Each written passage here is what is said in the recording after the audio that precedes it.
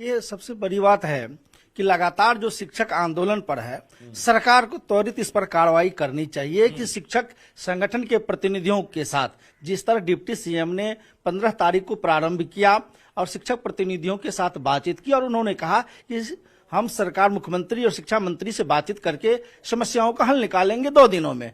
वक्त बीत गया, प्रतीक्षा में हम बैठे हैं और हम तो कहते हैं कि माननीय मुख्यमंत्री जी को पहल करना चाहिए, शिक्षक प्रतिनिधियों को बुलाना चाहिए, डिप्टी सीएम शिक्षा मंत्री के साथ बैठ के शिक्षक की समस्याओं को हल करना चाहिए। और सबसे बड़ी बात कि अभी जिस मसले को लेकर आप देख रहे हैं कि जो सक्षमता परीक्षाएं हैं उसको लेकर पूरे विरोध चल रहा है, अफरा तफरी का माहौल पड़ा हुआ है। जहां शिक्षक आवेदन नहीं कर रहे हैं, विभाग के अधिकारी जबरदस्ती उसको आवेदन करवाने का काम किया, डरा के धमका के।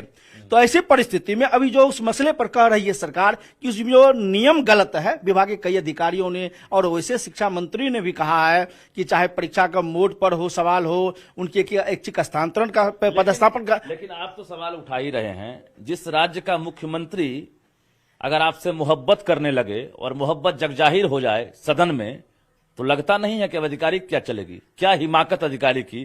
जिस राज्य की सरकार जो है वो मोहब्बत कर बैठे। आज तो मोहब्बत दिख गया कि हमको तो मालूम ही नहीं था, पहले क्यों नहीं बताए। उन्होंने विधायकों को कहा जो उनको कह रहे थे कि भाई स्कूलों की टाइमिंग जो है 9 से 5 है, ये सही नहीं। आप लोगों से नजदीकियां बढ़ी है मुख्यमंत्री की। आपने सही कहा कि यह हंसी का एक माहौल भी दिख रहा है कि राज्य के मुखिया ऐसे हों कि उसके राज्य में हालात इतनी बिगड़ी हो और इतना देर से उनकी नजर उस पर पड़ा हो। चलिए देर ही सही, मैं धन्यवाद देना चाहता हूं। अभी भी ऐसी समस्याएं हैं। अभी मैं कह रहा था कि सबसे पहले विभाग को चाहिए और माननीय मुख्यमंत्री जी को चाहिए कि प्रतिनिधियों के साथ बातचीत भी करें, शिक्षक प्रतिनिधियों को बुलाकर, और सर्वप्रथम जो परीक्षा 26 तारीख से सक्षमता परीक्षा हो रही है उसको लेकर जो उपापोह की स्थिति बनी हुई है, उस पर जो विभिन्न स्तर से सरकार भी कर हम ये करेंगे, उस सुधार करेंगे, इसमें इस तरह की कार्य करेंगे, तो वो अभी ओपन नहीं हो रहा है। तो पहले उस परीक्षा को स्थगित करे, रद्द करे और बातचीत करे, उसका हल निकाले। बैठक में आप लोग अभी क्या डिसीजन लिए हैं? चूंकि बड़ी हाँ, आपने सही कहा कि जब डिप्टी सीएम ने 15 तारीख को हम लोगों के साथ बैठक घंटों किया था और उन्होंने जो आश्वासन दिया था, उस आश्वासन का दौर समाप्त हो गया है, समय वक्त समाप्त हो गया है। अभी भी हम आस में हैं। दोनों नियोजित शिक्षकों के प्रति संजीदा हो रहे हैं। ये तो लाखों शिक्षक जो पटना 13 फरवरी को आए और माननीय मुख्यमंत्री, उप मुख्यमंत्री और शिक्षा मंत्री से आग्रह किए कि हमको बिना शर्त राज्यकर्मी का दर्जा दीजिए। हमारी बहना जो 2 लाख हैं, महिला का सम्मान न करते हमारे सीएम, तो वो तो महिला यहाँ के हाथ जोड़ के प्रार्थना की कि मेरा जीवन बर्बाद हो जाएगा, हमारा परिवार तबाह हो जाएगा, तो हमको ऐच्छिक स्थानांतरण है, ऐच्छिक स्थानांतरण, जिसको लेकर आप लोग लगातार मुखर होकर बोल रहे हैं।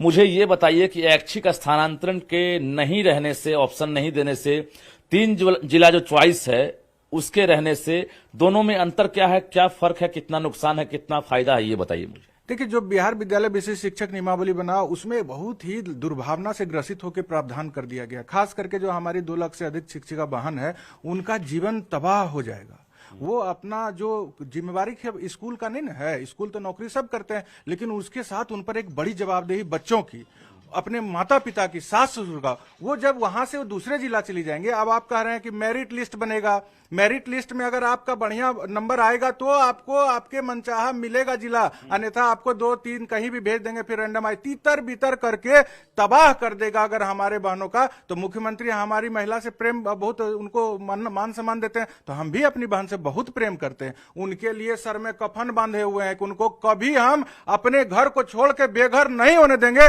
आज हमारे ऊपर मुकदमा करने दिया, उस दिन शांतिपूर्वक वार्ता करने गए थे और ये खिलाफ भी मुकदमा हो गया। कोतवाली थाना में एकदम एक स्क्रिप्ट लिखा गया। हम माननीय उप मुख्यमंत्री सम्राट चौधरी जी के साथ भीतर थे। चौधरी जी ने भरोसा दिया नहीं, 2 महिला शिक्षिका की गिरफ्तारी करवा दी गई थी पुलिस के द्वारा, उनको उन्होंने तत्काल छुड़वाया। तत्काल इसके लिए तो सरकार स्टेप हम देख पा रहे हैं।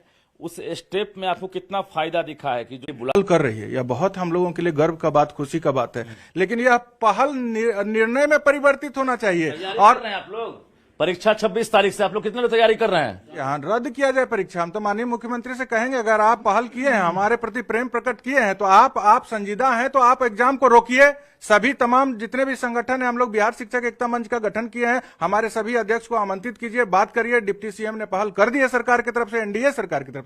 अब तो शिक्षा मंत्री पहले से संजीदा थे, डिप्टी सीएम खुद पहल कर दिए, मुख्यमंत्री आज सार्वजनिक रूप से देश के सामने कह दिए कि शिक्षकों के साथ अन्याय नहीं होगा, 10 से 4 स्कूल जाएंगे। उनको कैसे 9 से 5 भेजा जा रहा है? अगर आज शिक्षा विभाग से लेटर जारी हो जाता है या कल ही लेटर जारी हो जाता है कि स्कूल की टाइमिंग बदल दी गई है, अब सुबह 10 से 4 स्कूल संचालित किए जाएंगे, उसके बाद कितने % आपकी उम्मीदें बढ़ेगी? और नहीं तो बदलना ही है। वो तो मुख्यमंत्री का बात आज तक कुछ खाली गया है, खाली वो तो छुट्टी का टाइम 10 से 4 हो गया, हम लोग मान लिए मुख्यमंत्री, लेकिन मामूली परीक्षा बोल के बीपीएससी में लाद दिए हैं। ये बार भी मुख्यमंत्री जी कहेंगे ये मामूली परीक्षा, मतलब हम लोग सोचे थे एससीईआरटी हमारा जो शिक्षण प्रशिक्षण संस्थान वो लेगा, आप तो बिहार बोर्ड को दे दिया और बीपीएससी वाला सिलेबस। तो माननीय मुख्यमंत्री जी आपके बात पर आंख बंद करके प्रैक्टिस छूट गया है टीचर का। अरे 20 साल पहले बीए किए, 20 साल पहले एमए किए, आज वही सिलेबस से बोलेगा, वही पूछेगा, तो क्या मजाक है? 1 to 5 में हम पढ़ाते हैं और 6 to 8 में जो किताब पढ़ाते हैं उससे बात होती, तो हम सोचते